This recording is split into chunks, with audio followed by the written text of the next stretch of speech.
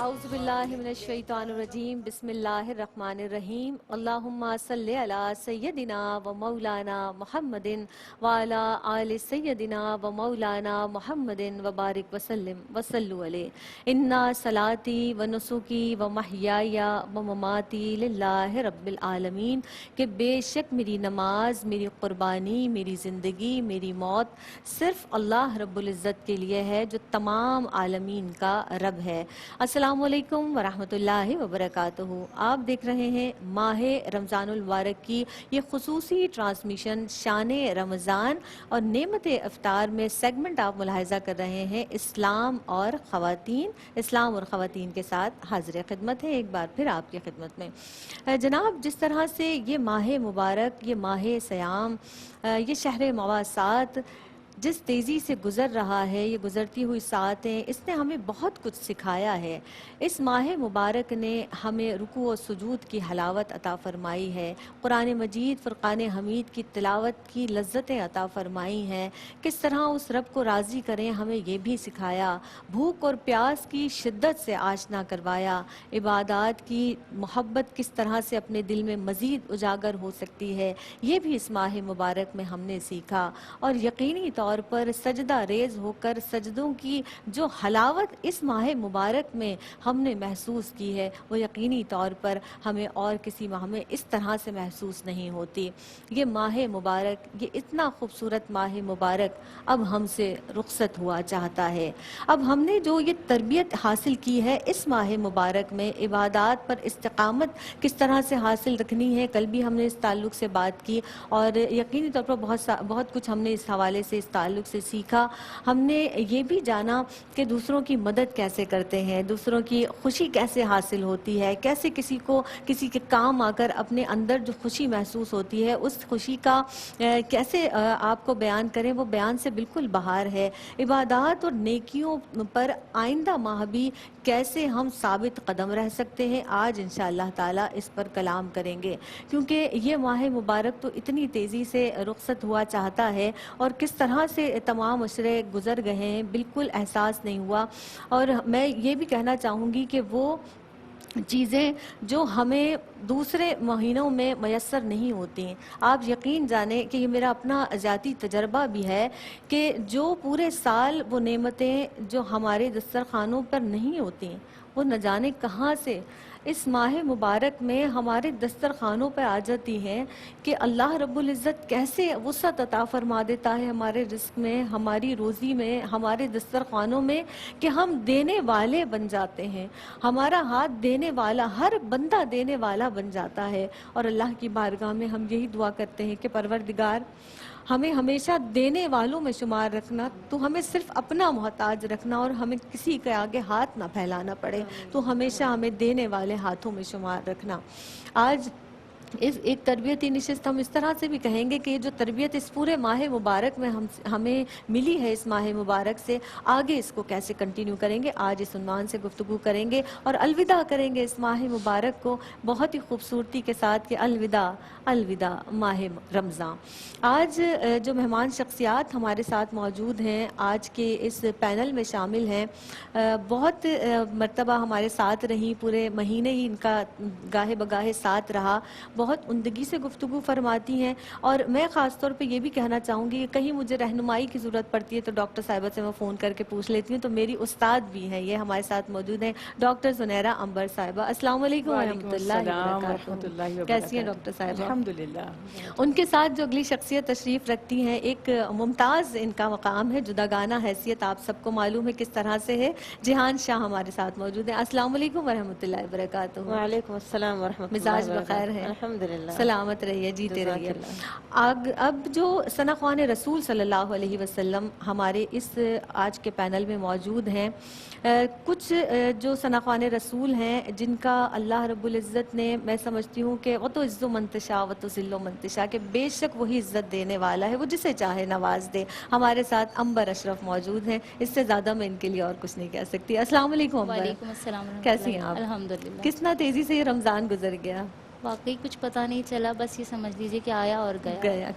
کون سا کلام سنا رہی ہیں؟ آغاز کیجیے ایک گا۔ اعلیٰ حضرت کا ہے، حمدیہ نعتیہ کلام ہے۔ بسم اللہ۔ اللہ اللہ اللہ اللہ اللہ اللہ اللہ اللہ اللہ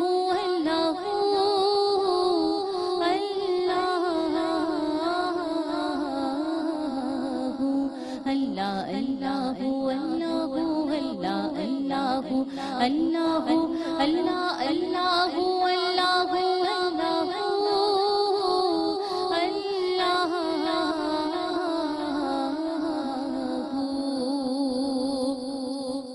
وہی رب ہے جس نے تجھ کو ہمتن کرم بنایا وہی رب ہے جس نے تجھ کو ہمتن کرم بنایا ہمیں بھیک مانگنے کو ہمیں بھیک مانگنے کو تیرا راستہ بتایا تجھے حمد ہے خدایا تجھے حمد ہے خدایا اللہ اللہ اللہ اللہ اللہ اللہ اللہ اللہ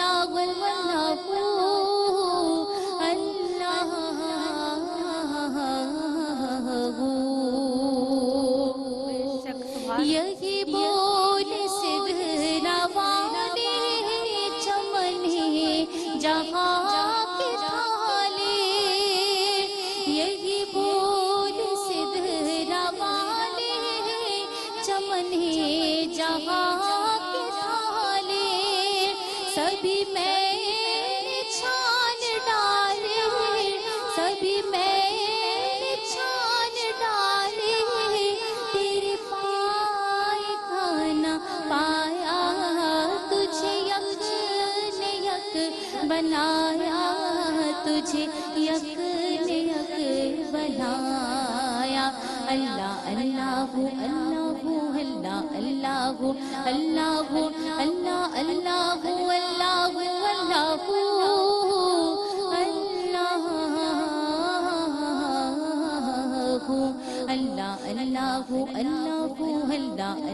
اللہ اللہ اللہ اللہ اللہ اللہ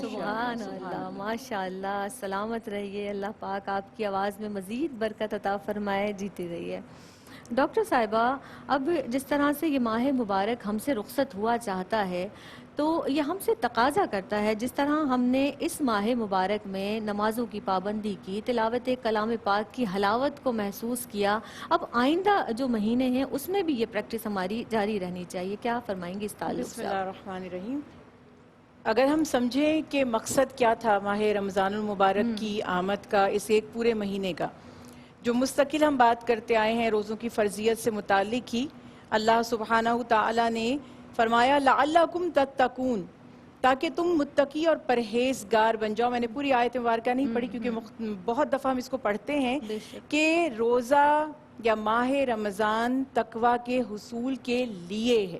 یعنی دیکھیے ہر کام کا کوئی مقصد ہوتا ہے نا, اگر وہ مقصد حاصل نہیں ہوتا کام کرنا بیکار ہے. تو اللہ سبحانہ تعالیٰ نے فرما دیا کہ ماہ رمضان تمہیں اس لیے عطا کیا گیا کہ تمہارے اندر تقوی پیدا ہو جائے. اب جہاں تک بات ہے رمضان المبارک میں نماز کی, تو یقینی طور پر ہمارے ہاں اسپیشلی جو برے صغیر کے مسلمان ہیں ان میں آپ کو یہ چیز نظر آتی ہے کہ وہ ماہ رمضان المبارک میں ان میں جوش و خروش زیادہ ہوتا ہے. مساجد کی طرف ہمارے بھائی رخ کرتے ہیں, باجماعت نماز کا اہتمام کرتے ہیں, تراویح پڑھتے ہیں, نوافل ادا کرتے ہیں. لیکن ہمیں یہ بھولنا نہیں چاہیے کہ نماز پنج گانا یعنی 5 وقت پر ہر مسلمان عاقل بالغ مرد اور عورت پر فرض کی گئی ہے. بے شک. اور اللہ سبحانہ تعالیٰ نے اس کی اتنی تاکید فرمائی کہ 100 سے زیادہ مقامات پر قرآن پاک میں نماز کی فرضیت کا یا نماز کے متعلق احکامات کا بیان فرمایا.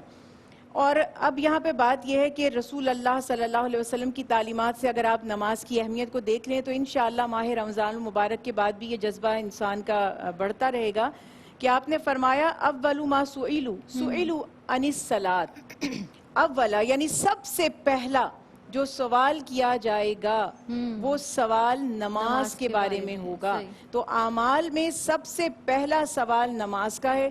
حدیث رسول اللہ صلی اللہ علیہ وسلم ہے جس کی نماز درست نکل آئی اس کے تمام اعمال سنورتے چلے جائیں گے, سبھی درست ہوں گے.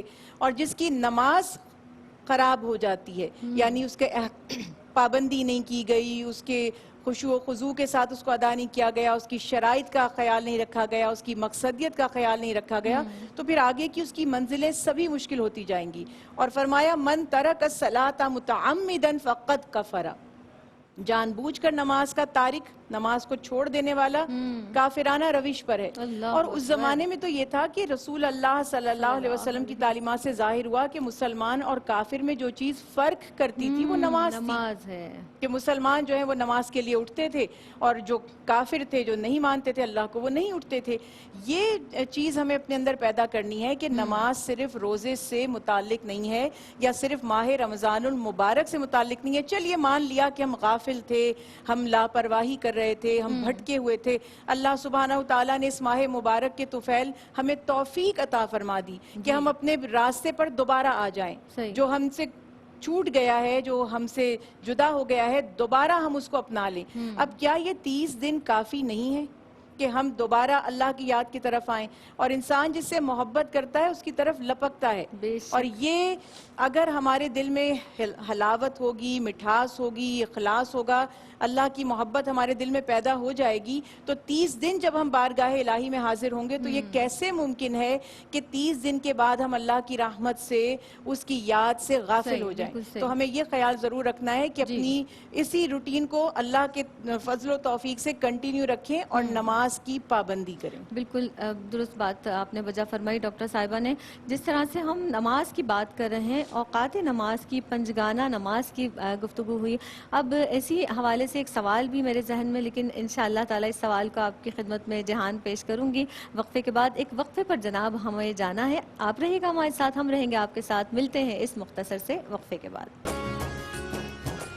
السلام علیکم ورحمۃ اللہ وبرکاتہ. آپ دیکھ رہے ہیں ماہ رمضان المبارک کی یہ خصوصی ٹرانسمیشن شان رمضان, اور نعمت افطار میں سیگمنٹ آپ ملاحظہ کر رہے ہیں اسلام اور خواتین. آج ہم الوداع ماہ رمضان کے تعلق سے بات کر رہے ہیں اور اس کو محبتوں کے ساتھ رخصت کریں گے. جہان یہ بتائیے گا, جیسا کہ میں نے وقفے پہ جانے سے قبل بھی آپ کی خدمت میں عرض کیا, ایک تو ہمیں نماز بالکل پابندی وقت کا احساس بھی دلاتی ہے اور ہم بہت پابندی سے نماز کی ادائیگی کر رہے ہوتے ہیں بالخصوص ماہ رمضان المبارک میں.